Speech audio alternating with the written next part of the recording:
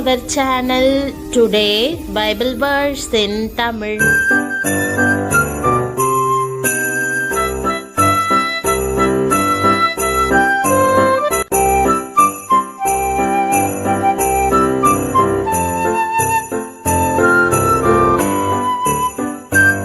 இன்றைய வசனம் கொலோசையர் 3:15.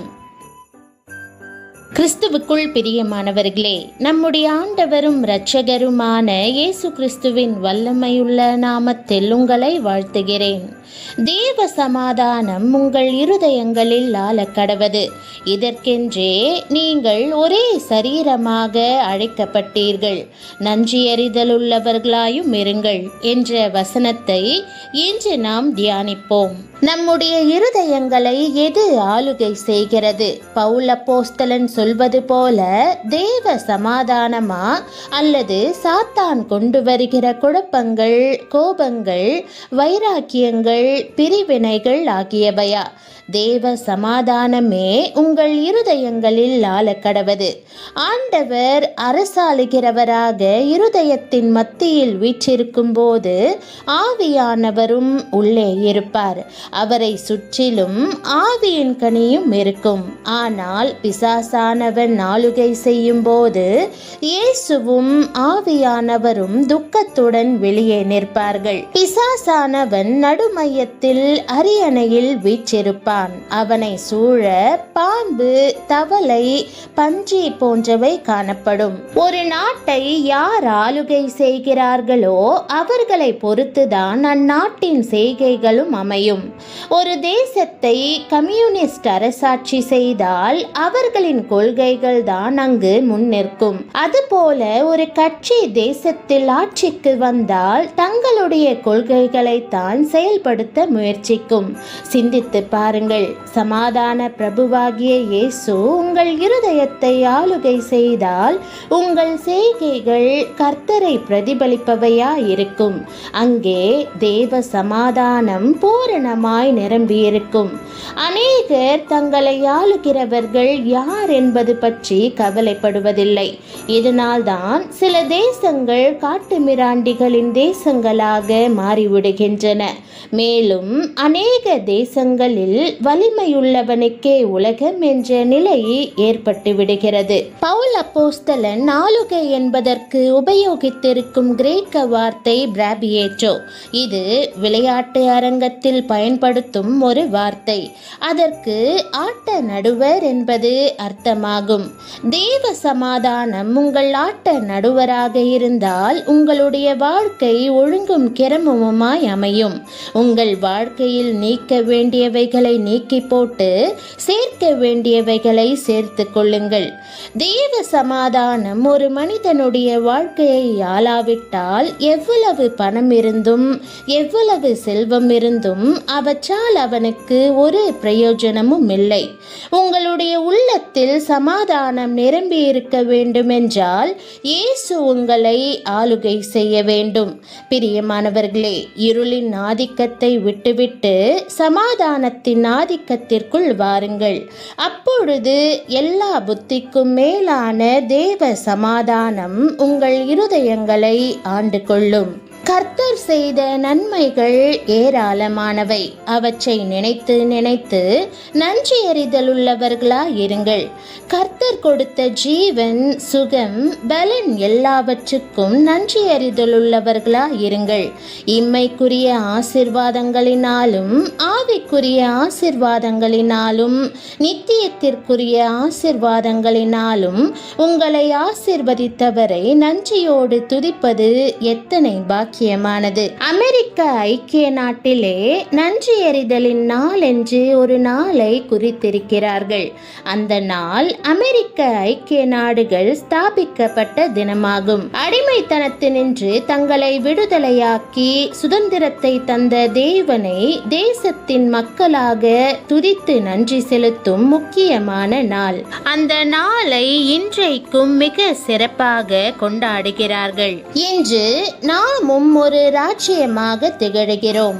எப்பொழுது இயேசுவின் இரத்தத்தினால் கழுவப்பட்டு அவருடைய பிள்ளைகளாய் மாற்றப்படுகிறோமோ அப்பொழுதே இருளின் ஆதிக்கத்திலிருந்து விடுதலையாக்கப்பட்டு அன்பின் குமாரனுடைய ராஜ்யத்திற்கு உட்பட்டவர்களாய் இருக்கிறோம். இப்பொழுது நாம் பரலோக அரசாங்கத்திலே செயல்பட்டு வருகிறோம். ஆகவே நாம் தேவனுக்கு நன்றியறிதல் உள்ளவர்களாக இருக்க வேண்டியது மிகவும் அவசியம். ஒரு கர்த்தருடைய ஊழியக்காரர் ரட்சிக்கப்படுவதற்கு முன்பு தன்னுடைய பிறந்த நாளை மிகவும் விமர்சையாக கொண்டாடி வந்தார். ஆனால் ரட்சிக்கப்பட்ட பிறகோ சிந்திக்கலானார். நான் பிறந்தது பாவத்தில் அல்லவா, வளர்ந்தது பாவ சுபாவத்தில் அல்லவா, அந்த நாளை ஏன் நான் கொண்டாட வேண்டும்? அதற்கு பதிலாக மறுபடியும் பிறந்து ரட்சிக்கப்பட்ட நாளை கொண்டாடலாமே. இரட்சகர் மகிமையின் ராஜாவா என் வாழ்க்கையில் பிரகாசித்த நாளை கொண்டாடலாமே என்று சொல்லி அது முதற்கொண்டு ஒவ்வொரு வருடத்திலும் தான் ரட்சிக்கப்பட்ட நாளை நன்றியறிதலின் நாளாக கொண்டாடினார். கடைசி நாட்களில் அநேகர் நன்றியறிதல் இல்லாதவர்களாக போய்விடுவார்கள் என்று வேதம் சொல்லுகிறது. ஆனால் கர்த்தருடைய பிள்ளைகள் அப்படி இருக்கக்கூடாது. உங்களை நேசிக்கிற அன்பு இரட்சகரையும் அவர் சிலுவையிலே உங்களுக்காக பாடுபட்டதையும் மறவாமல் அவருக்கு நன்றியுள்ளவர்களாய் இருப்பது மிகவும் அவசியம். பிரியமானவர்களே, அமெரிக்க ஐக்கிய நாட்டு மக்களைப் போல வருஷத்தில் ஒரே ஒரு நாளை நன்றியறிதலின் தினமாக கொண்டாடாமல் அனுதினமும் கர்த்தருக்கு நன்றி செலுத்திக் கொண்டே இருப்பீர்களாக. ஒவ்வொரு நாளும் அவர் ஆயிரக்கணக்கான நன்மைகளை செய்து கொண்டிருக்கிறபடியினால் ஒவ்வொரு நிமிடமும் கர்த்தர் உங்களுக்கு பாராட்டுகிற அன்பையும் கிருபையையும் எண்ணி எண்ணி துதித்து கொண்டே இருங்கள். ஜெபம். அன்பின் சமாதான பிரபுவே, தேவ சமாதானம் என் இருதயங்களில் ஆளக்கடவது. நன்றியறிதலுள்ளவராக இருக்கும்படி என்ற உமது பரிசுத்த வார்த்தையை நினைத்து நன்றியுடன் ஸ்தோத்தரிக்கிறேன். என் இருதயத்தில் உமது சமாதானம் மாட்ட நடுவராக வீற்றிருக்கட்டும். சாத்தானின் குழப்பங்கள், கோபங்கள், வைராக்கியங்கள், பிரிவினைகள் எல்லாவற்றையும் விரட்டி உமது ஆவியின் கனிகளால் என்னை முழுமையாக நிரப்பட்டும். ஆண்டவராகிய நீர் என் இருதயத்தின் மத்தியில் அரசாலும். ஆவியானவருடன் சேர்ந்து பூரண சமாதானத்தை தாரும். பிசாசின் பாம்பு, தவளை, பன்றி போன்ற தீமைகள் அங்கு இடம்பெறாது. ஒரு நாட்டை ஆட்சி செய்வது போல என் இருதயத்தையும் உமது சமாதான கொள்கைகளால் ஆளட்டும். என் செய்கைகள் உம்மை பிரதிபலிக்கட்டும். இருளின் ஆதிக்கத்தை விட்டு உமது சமாதான ராஜ்யத்திற்குள் என்னை கொண்டு வாரும். எல்லா புத்திக்கும் மேலான அந்த தேவ சமாதானம் என் வாழ்க்கையை ஒழுங்குபடுத்தி கிரமமாக்கி நீக்க வேண்டியவைகளை நீக்கி சேர்க்க வேண்டியவைகளை சேர்த்து கொள்ள செய்யும். எவ்வளவு பணமோ செல்வமோ இருந்தாலும் உமது சமாதானமின்றி அவை பயனில்லை என்பதை அறிந்து உம்மை ஆள்பவராக ஏற்றுக்கொள்கிறேன்.